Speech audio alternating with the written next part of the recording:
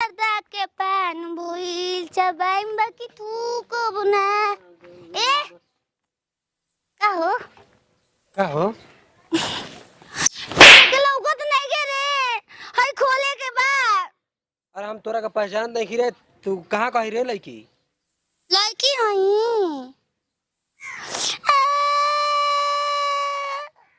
हम साली हुई जीजा का भी जतनी केकर साली? अपन साली। हट, हमके काम करे रे, हट। ना सुनो हमें बात ना सुनो। आई होता था, आई होता था, आई हो माई। ई मारम चबो के। अरे तू हमारे कमावा करे दे। तू खोल दे। खोल दे। हां हम क्या करे? खोल दो। करे बेटा के लीनो क्या हो? ई तो आर है हां नहीं पहचान रे, तोर भाई हई। सही है। देखने है हां अब तो हमको बहुत ज्यादा परेशान कर देले, समझ ले। और मत परेशान कर, कम से कम दीदी का मतलब पहुंच जो। दीदी का कर जतन ए भैया हमार बहन जीजा का जतन तो दीदी का कर जाए। जीजा का में हमार बहन ही हमरो के दूला त मार देला सी। ए भैया चाहता ओकरा का गोड़ पतर के माफी मांगत नहीं। जीजा का में चलो मिठाई लेके चलो। ए भैया फुआ गाने जेबू हमरा? ना ए भैया का लागल बड़ा हो जैसे हम लगल बानी जा। कोने बे की बता सुगर का जान तू हमार नहीं के ओ हमार नहीं। सुनो हाटा खाटा बा मारे लगी कबार के। ए भैया सुगर का फेंक पड़ी। चुप ए होय देखो चुप रह जा लोग। देखो होली स्पेन बनी बॉडी बना देख ला ए भैया देख ला है। नहीं का हो जाई जोन बात को तन झूठ पटे हैं। एकदम साफ पागले है क्या रे? अरे भगवान हमरा के तो बाजिन बनाइए देना। गांव घर के ताना मैंने कब तक सुने के आखिर रू तो हमार बहिने नहीं है। साली में आधा हो कैसे भी होकेला। देख हमारा तोरा किस्मत में जब उहे लिखाइल बा बाझे या बाझिन, तब लड़का के लड़की के फेरा में मत पड़, ठीक ना? सोच गलत बटे। हम बब्बा फिर फोन करके बुला देले बानी, उ लेके आते होई। अरे का हो जाई ओकर पेट में पलो चाहे हमार पेट में पलो, बात तो बरोबर बाटे। ओकरा साथे कुछ दिन रहे के बाटे हमार क्रिया। रे क्रिया कसम का धरावेली। हम ठीक कहतनी भगवान हमार किस्मत में नहीं निकले। का जाने ओकरे औलाद होगी हमने के माई बाबू कहे लागे। ए दीदी अरे खुश रह बाबू। खुश रह आ गइलू। बहुत खुशी के बात बा कि तू आ गइलू।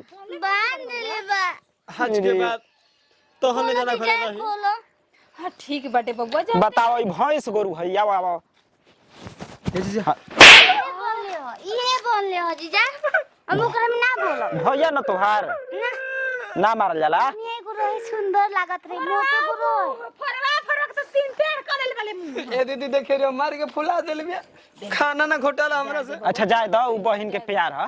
बहन के प्यार हो ता जा ए जीजा टेम्पू वाला खला थार के मार देल। हमार जीजा के जीजा कहबे तू तोर जीजा ना हमार जीजा। अच्छा हां ए ने हम के जीजा टेम्पू वाला के मार देले बनो मार देले बिया कि सदर हॉस्पिटल में भर्ती बा। अरे मर्दे कि हमारा ओकरे छोड़ दे सब पकड़ ले ले। कुछ दिन में हम रखब सुधार दे।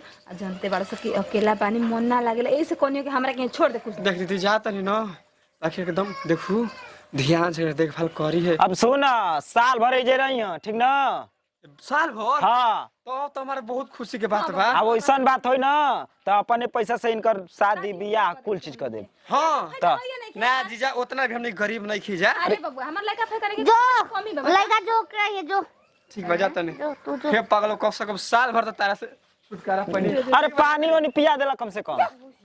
तुरंत जो चलो जीजा सुना आए चलो घर में पानी पी ले चल। पानी हाँ, चलो। चल बहन तो आ गइल बस समझे की कोशिश करी ना। हम जौन चाहता हैं तो होके के चाहिए। ठीक बा जो तबे हमनियो के माई बाबू कहा के बाजिन से नाम के छुटकारा मिली। सुन ले एगो बात, झगड़ा तीसरे दिन तू करेली, ठीक ना? आ कबो झगड़ा में कुल बात कहली तो समझ लिए कि वही दिन मार के लाता घर से बहरी भग दे। कुछ जो बताओ ए साला दिन किसी मत पर दिन बिगड़ल जाता इकरे ए चाचा हाय देखो खाता हो ये हमारा खातिर खाइलो तो तू खाता रहो तो बढ़िया झुलुआ झूले लगा रोस जाता का हो तू तो हिलते नहीं खे तुरंते हो तू। इन्हें बोलिए भगवान जी ठीक हो ये तो बड़ा उजर लागो। इधर करत रे हैं तू हमार गांव में इज्जतिया लेबी काहे कदम जब देखो तो बाबिल तो धरे रू हमारो अंडा फूट जाई। ये सबत कसम तो 7-8 महीने बीत गए घर में लुको लुको के। एक आध महीना और घर में रहले कर बाद छोड़ देन छूटा के नहीं बहा के चलिए जेबू ना तो हमरा टेंशन ना रही। हम ना जाए एक महीना में।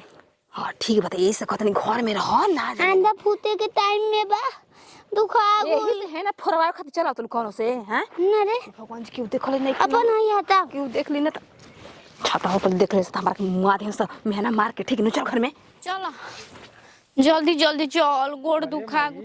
ये बताऊ हमनी सुनी से क्या दुश्मनी बा फोन कइला अपन खिस उठावत तो चल यही खातिर तो हम जाते बानी उ काहे ने के फोन उठावत तोरा के त कहत रहनी 2-3 महीना घूमते आव रे घूमत का जाइए घुमत आई ओइसन बहिन भी है दिमाग के हल्का दिमाग के।